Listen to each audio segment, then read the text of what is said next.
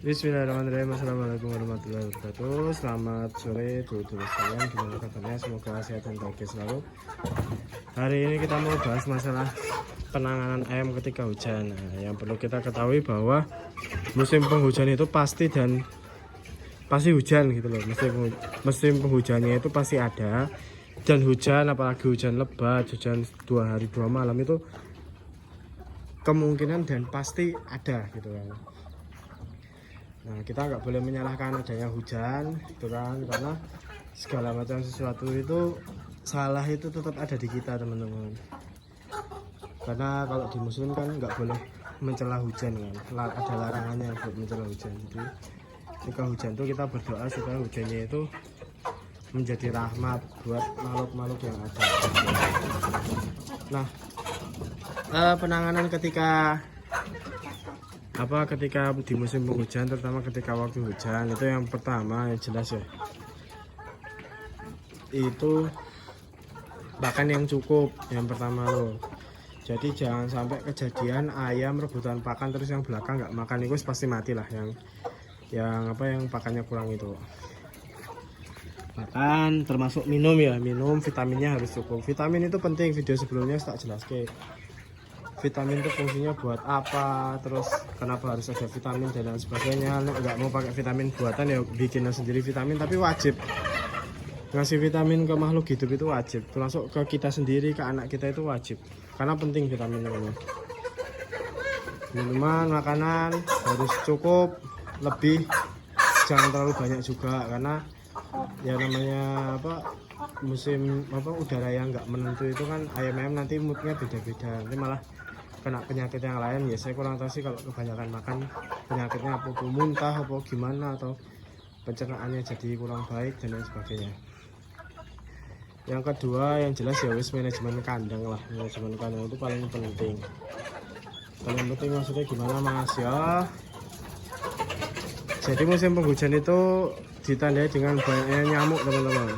Karena ya kalau misal kayak daerah sini kan penduduknya jarang-jarang, maksudnya penduduknya nggak rapat. Jadi nggak rapat ini yang mengakibatkan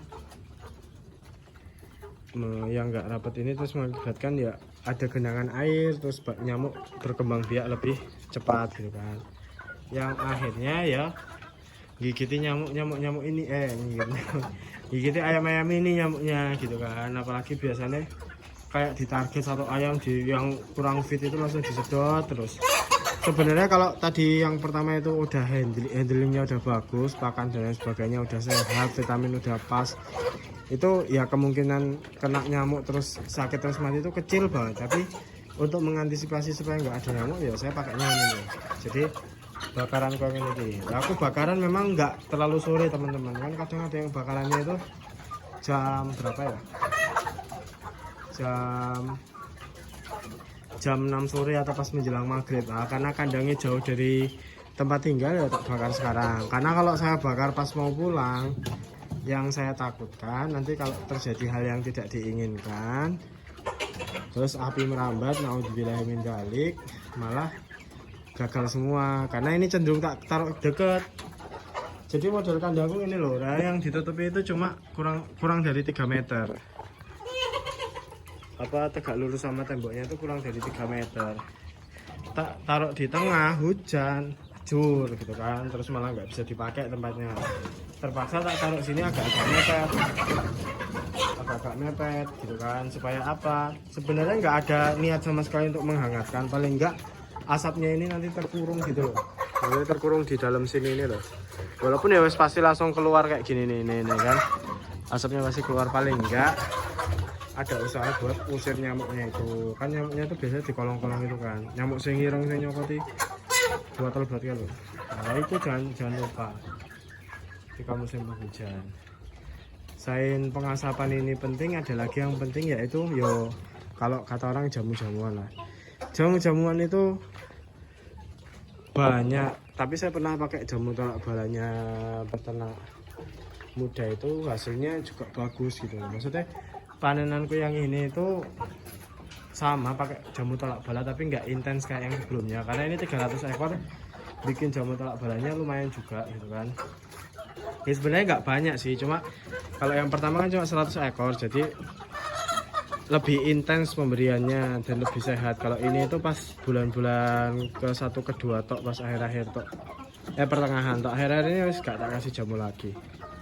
Jamu itu penting ya buat menghangatkan dan lain sebagainya. Itu monggo teman-teman ini aja apa namanya, dicoba aja pakai jamu apa. Ada teman juga yang pakai ampas jamu, jadi ampas jamu nanti dijemur, terus habis itu katanya dicampur ke pakan boleh, diseduh pakai air lagi juga boleh, banyak lah macam-macam lah. Nah itu selera ya teman-teman ya, nggak bisa tak patokin oh jamunya harus tolak bala, komposisinya harus ini, enggak, oh jamunya harus ini, enggak. Selera teman-teman aja. Sebenarnya kan punya apa, masing-masing dari komponen jamu itu punya khasiat masing-masing lah. Kalau memang butuhnya cuma menghangatkan ya jahe tok lah apa. Kalau pencernaannya ada masalah ya temulawaknya dipakai gitu kan. Kalau kebugarannya kurang ya jahe apa sih, bawangnya dipakai. Kalau metabolismenya kayak kurang ya pakai gula kan ada glukosa, bikin apa energi lebih gitu kan. Yo itu yang paling penting 3 itu teman-teman. Di samping ya memang kalau apalagi seperti saya yang jauh gini kan, bukan jauh sih, maksudnya nggak satu wilayah sama kandang, ya cek and dicek itu penting gitu kan. Cek and dicek, kalau misalnya ke kandang sini, kalau wis ada yang modelnya kayak kalah makan, terus apa di pojokan nggak kuat ngapa-ngapain, ya biasanya tak angkat, tak ambil, tak leboknya sama kayak gitu kan. Kayak yang kecil-kecil gini juga kalau misalnya nggak kuat, tak masukin sini. Biasanya kalau di kandang saya alhamdulillah kebanyakan ya mati apa, ya bukan alhamdulillah juga sih mati alhamdulillah, tapi bersyukurnya jarang yang karena penyakit, karena virus bakteri terutama. Karena kalau ciri-ciri penyakit karena virus bakteri itu ambruknya bareng-bareng biasanya. Misal ya minimal langsung 5 oke pasti virus lah, harus resik-resik lah. Nek nggonku ya memang masih jelek sih, ada yang mati kadang 1 gitu toh. Terus selang 3 hari 4 hari mati lagi 1 gitu, gara-gara nyamuk karena kurus. Ya, itu juga kurang baik ya, buat pembelajaran ke teman-teman juga lah. Ini paling penting menurut saya, ini salah satu faktor paling penting buat menekan kematian akhir-akhir ini. Di samping ya kandang jangan terlalu penuh, itu wajib lah, karena kalau pas hujan angin sepoi-sepoi gitu kan pada ngumpul ya, takutnya yang kalah makan, yang kurang bugar ada di bawah, terus ketenet koncone gitu kan, sampai semalaman full terus nggak bisa berdiri, paginya mati kan gitu kan. Itu juga jadi pertimbangan buat teman-teman juga ya.